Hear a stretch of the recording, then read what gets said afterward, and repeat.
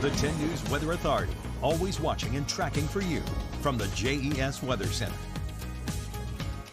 Well, low pressure is going to be influencing us through the middle of the week, even into parts of our Thursday. Now, what this is going to do, it's going to be bringing some rain and some storms throughout the next couple of days. Then once low pressure builds out on the backside, we're actually going to turn breezy and dry out quite a bit. Here's a look at the current radar. We do have a special weather statement in effect for parts of Franklin and Henry counties at this time until 5:45. There's a little bit of maybe some pea-sized hail in there, winds about 30 miles per hour. So a kind of nasty storm. We're actually starting to see some lightning develop right now on radar. But that's basically the biggest weather maker that we're tracking at this time in terms of the rain. Other little cell right north of that into parts of Franklin County, also into parts of Patrick, tracking a couple of little pop-up isolated showers. We're going to continue to track these throughout the rest of the evening. And so going to have to deal with some of these isolated showers. About a 20% chance of rain throughout the rest of the night. So temperatures going from 80 down into the lower 70s by 10 p.m. We'll go from mostly cloudy to partly cloudy. And then eventually we'll clear up a little bit as we head into tomorrow morning. Now, overnight lows are going to be fairly mild, fairly muggy, getting to about the lower 60s across the board.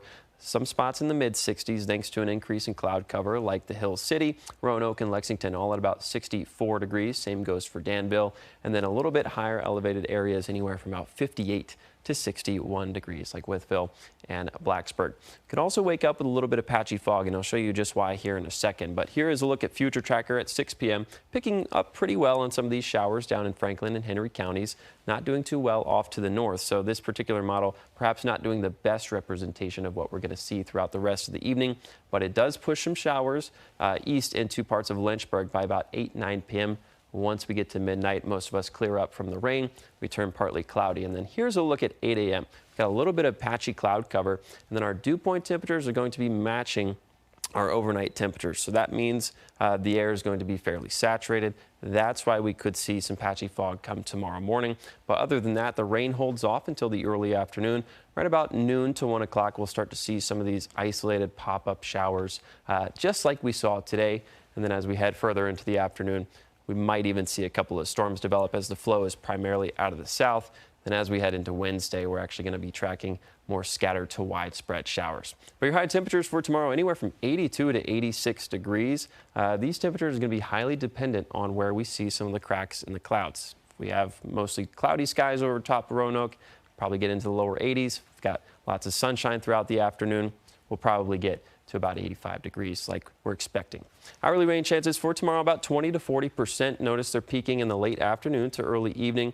And because of that, the hiking forecast for tomorrow, you want to do it earlier in the day before about 1 p.m. Then on Wednesday, I would just hold off. I wouldn't do any outdoor activities because it's going to be fairly wet outside. It's going to feel muggy. It's going to be warm. We'll have scattered showers. And then on Thursday, it looks beautiful. Scattered showers move out.